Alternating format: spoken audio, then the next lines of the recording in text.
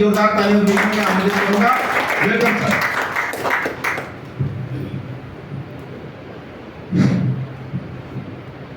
जय आरसीएम। जय आरसीएम।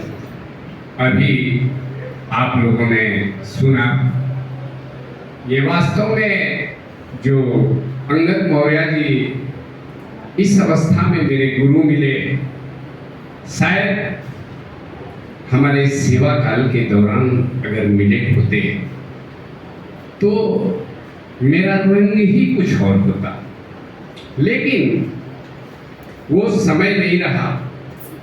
और बीती हुई बातों की थोड़ी सी चर्चा इसलिए करूंगा कि अभी लग रहा है कि आप लोगों का प्रोग्राम सबाब पर चढ़ा नहीं है, तो कुछ समय हम और उदाहरण देके भी प्रस्तुत कर सकता हूँ। है कि इसमें कुछ और बढ़ता है? अच्छा ठीक है, इशारा कर दीजिए।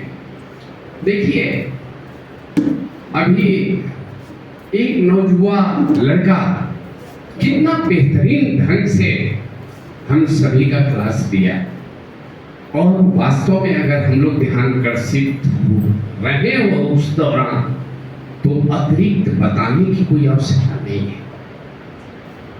और हर आदमी अपना घर छोड़ता है तो इस तलाश में रहता है कि यार इतनी महंगाई है, कहीं से न कहीं से कुछ पैसे का प्रबंध हो ताकि हम अपने खर्च का अच्छी तरह भरण पोषण बच्चों का कर सके।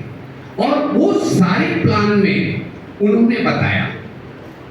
अब मैं ये कहना चाहता हूं कि वर्ष 2002 में फायर स्टेशन चेतगंज जनपद वाराणसी में मैं सिपाहियाना के दौरान मुंशी था, अपने कार्यालय में बैठा था। एक नए दरोगा जी अभी भर्ती होके आए थे। सोचिए, नॉलेज में वो हमसे विभाग में ज्यादा नहीं थे, लेकिन डायरेक्ट भर्ती होके आने के दौरान ही ऑफिसरशिप यानी ऑफिसरशिप उनके अंदर भरी थी कि इनको झांसा दो और इनसे जीतो। कहने का मतलब उस समय शायद कोई जानता हो, एक बैग 3 सेट कपड़े ये मिलते थे 1500 रुपये।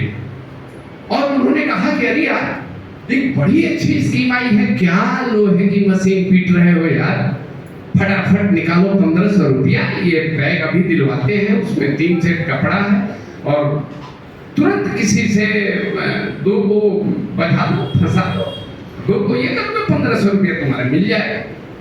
हम कह नहीं साहब, कुल बचौगा है, वो सब काम हमारे बस का नहीं, हमको दिन भर ये हटाइए ये सब।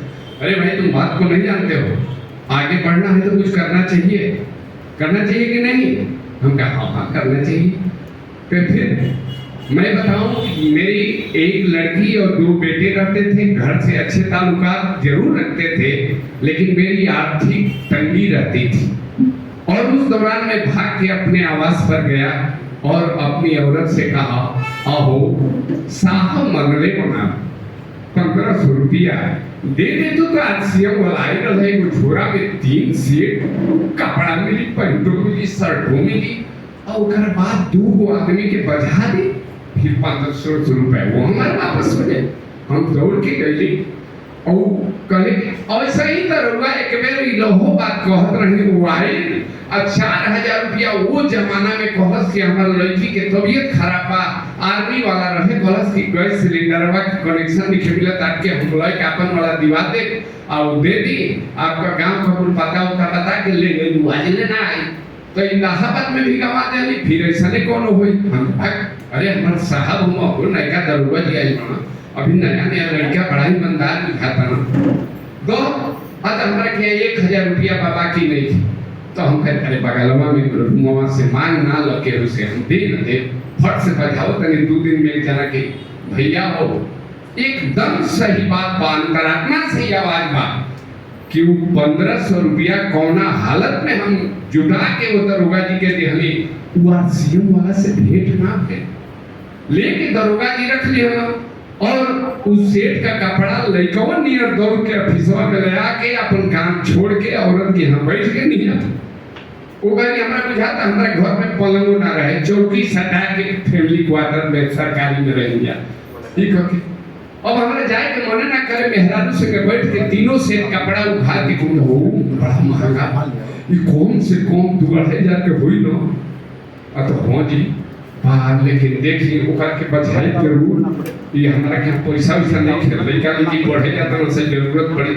इस कदर हम परेशान होके बोलिए ये भैया के बधाई। अब हम तो खुदे अब सीएम में नथिया गई, एगो हते वो हमारे के पास वो मिलर है कार्ड मिलर है कि ये पर सामान लेवे के बाद इतने परसेंटेज आई वो कर कुल बढ़िया से ना समझ ली तो रोगा कि उतने समझाओगे कि बजावे के बाद। अब ऑफिस में जो आदमी अधिकतर फायर ब्रिगेड में वही आते थे जिनका घर जला हो, दुकान जला हो, वो प्रताड़ित व्यक्ति रहता था, पीड़ित व्यक्ति रहता था।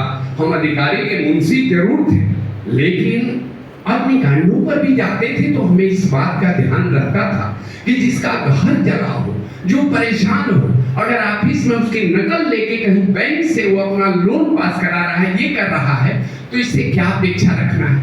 क्यों इसको दौड़ाएं? तुरंत फटाफट काम करके उसको दे देते थे। कोई खुशी से उस जमाने में 50-100 दे दे तो 2-3 मुंशी रहते थे, बाबू रहते, बल्कि बबुआ ज्यादा नो चलो सा 10-20 दर्शक के तनी चना वना मंगा दे भोजन बंदे कहता तुम का कर बजाई कर, यानी कि छोड़ कर्मचारी का पेटो छोट होला, ठीक है ना?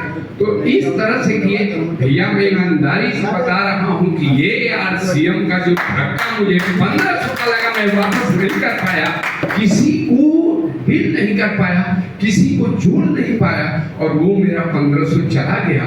उसका मैं आहत आज तक हूँ, मेरी वाइफ आहत है।